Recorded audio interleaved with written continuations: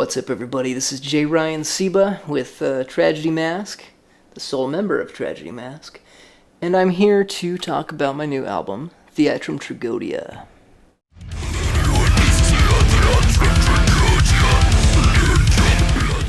So first off, huge thank you to Olex and Antichrist magazine for having me here today. Again, I am the sole member of Tragedy Mask. It is a one-man band, it always has been. I'm responsible for all of the vocals, instrumentals, songwriting, composition, lyrics, etc., etc., etc. And I'm based in Tiffin, Iowa, United States.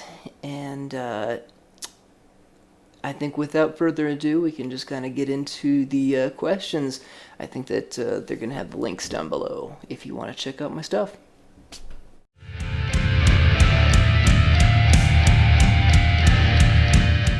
I love that this question came up so early in the interview, because I feel very strongly about it, and because a lot of the lyrical themes of the album tie into these issues.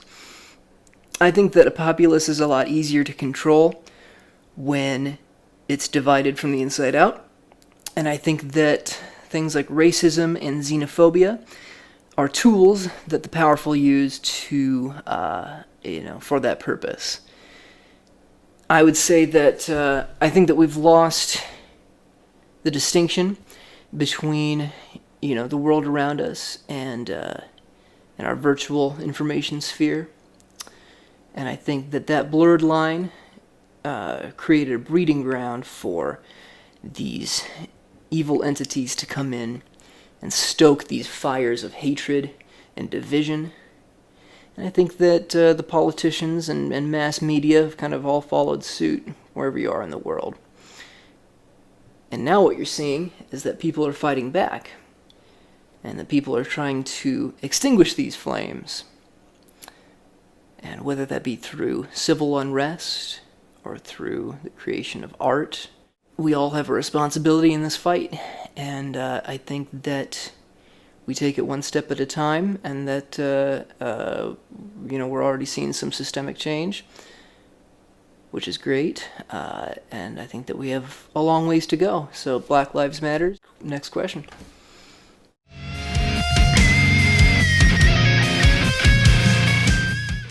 If, in fact, all the world is a stage, like Shakespeare said, then I think Mel Brooks had it right when he said that tragedy is what happens to me, and comedy is what happens to you. I think that's a pretty telling statement on the condition of human nature, that we are constantly in a state of flux between internal tragedy and vicarious comedy. And so Theatrum Tragoedia, which in classical Latin would translate roughly to theater tragedy, I think Theatrum Tragoedia represents just our life in that sense.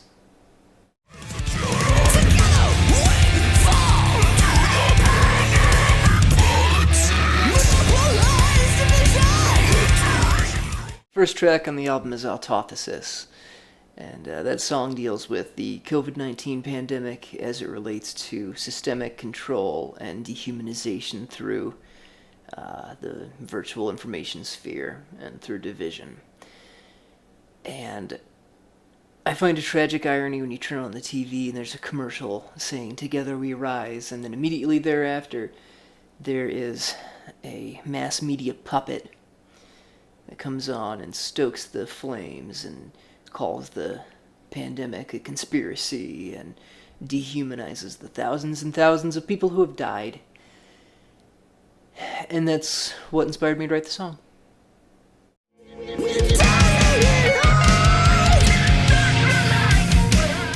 So the second track on the album is The Blood of an Artist, which talks about the current conversation about mental health in America, where we ignore all of the underlying conditions and environmental factors that may be contributing to the symptoms. When you talk about things like bipolar and depression, and rather we just tie everything up in a neat little bow and call it a mental health crisis, and that is where the public discourse stops.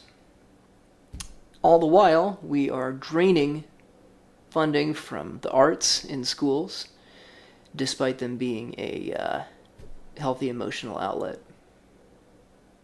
And that's what inspired me to write the song.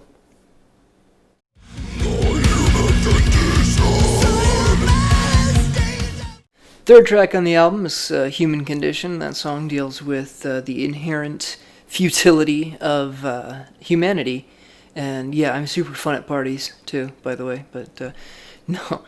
So Human Condition deals with kind of that misanthropic perspective and deals with some existential themes. And I read a lot of Soren Kierkegaard prior to writing that song, I think.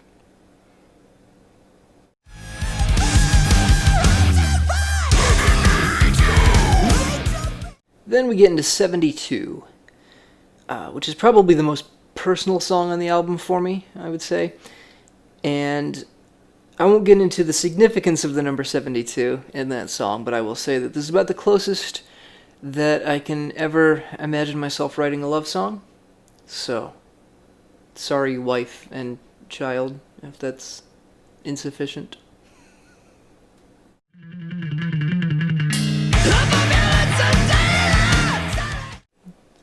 Generation Supernova. So that was the first single that I released under the Tragedy Mask name about a year before THEATRUM TRAGOEDIA came out.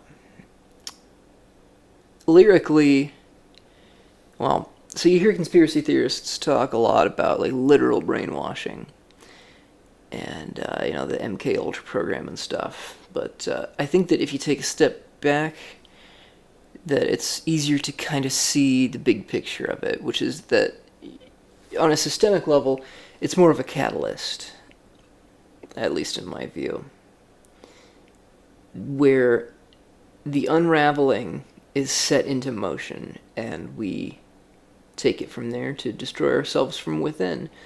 And this happens in our institutions, in our churches, schools, in our homes. And that's what you're witnessing all throughout our culture as we slowly decline as a society. And that's what this song is about.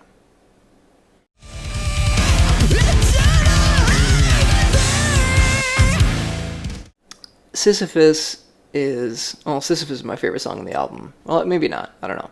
It's hard to say. It's like calling one of your children like your favorite child. Like you would never do it in front of the other children, even if it's true. But anyways, lyrically, well, if you're unfamiliar with the story of Sisyphus, like just Google it, I suppose. Like, you have the internet right there if you're watching this video. But it's the story of a king who was damned by the gods to eternally roll a boulder up a mountain, and every time he would get to the top, it would roll back to the base. So he'd just have to do that over and over again for eternity. So the themes of this song deal with repetition and just, it's that cyclical theme, and it's a metaphor in the song for this futile relationship and the victim cycle, and you know, trying to mend the unmendable, despite having that sort of cognitive dissonance, right, and the feeling of love despite abuse in a relationship.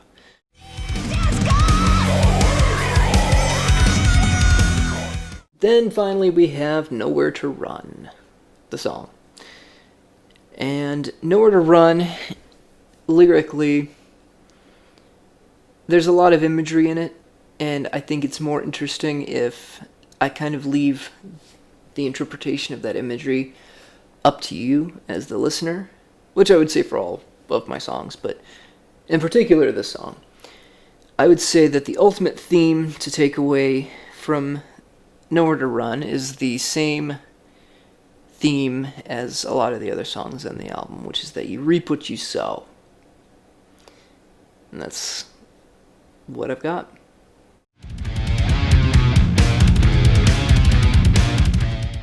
The album art. So, I'm a multi-instrumentalist. I can play just about anything you put in my hands. But you put a pen or pencil in my hands, and my IQ drops by like 50 points.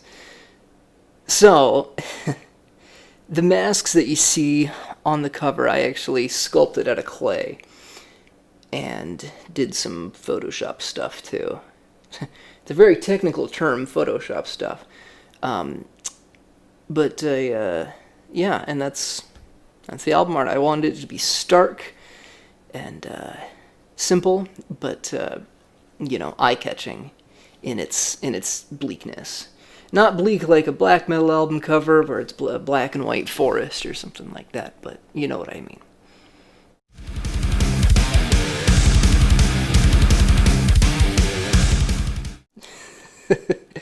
Why groove metal? Why groove metal? I don't know.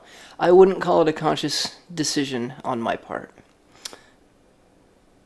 I don't tailor any of my songs, any of my music to one specific subgenre of metal. I listen to most subgenres of metal, and I think that there's a lot to take from each one and to appreciate. And I think that influence is important, relatively. But at the end of the day, that's not what I focus on. What I focus on is that I have a vision for each composition and the album at large, then. And I focus on emotive riffs and heavy songwriting, and that's if the idea that I have at that point, satisfies what I'm looking for and fits that vision that I have, that's what you hear, that's what goes on the album.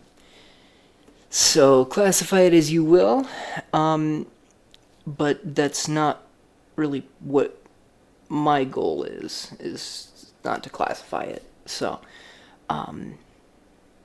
if that's an actual answer to that question, I hope so.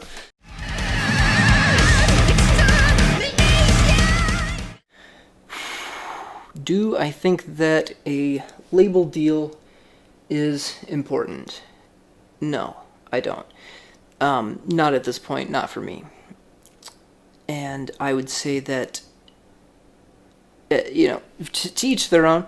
I think that the industry is changing in such a way that it doesn't necessitate, a record deal the way that it used to. Things don't quite operate the way that they used to. For that reason, I don't think it's that important for me to chase that right now. I think that there's a lot of opportunities for marketing through, PR groups and just independently. I think that we as artists have been very empowered with the advent of social media to do a lot of marketing things that were not possible, 30 years ago.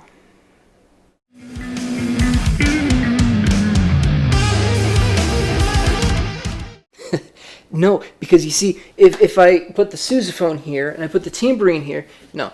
So to answer the question seriously, yes, I do have a lineup of some pretty cool dudes who are going to do drums and rhythm guitar and whatnot. It's all kind of, it's not set in stone yet, so I won't name any names, but just keep checking the Tragedy Mask website. I will be posting that as soon as anything is set in stone, which, with COVID-19 too, it's not like there's any gigs scheduled anytime soon, but hopefully that will change in the relatively near future.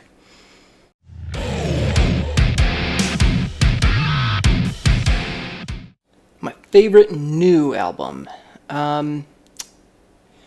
Man, the new Sadus album doesn't even exist yet, but I'm just going to say that that's the one. Because Steve DiGiorgio is a god among men. But for ones that do exist, man, you could make a solid argument that Korn's new one, The Nothing, is like their best ever. Actually, Spite. Man, everything that they do is just so good. Nothing is, I know that they have like a newer one than this, but Nothing is Beautiful just goes so unnecessarily hard. It just goes so much harder than it needs to. Like I said, I know that they have one after that, but just everything that Spite does is amazing. But also, I can't wait for the new Sadus.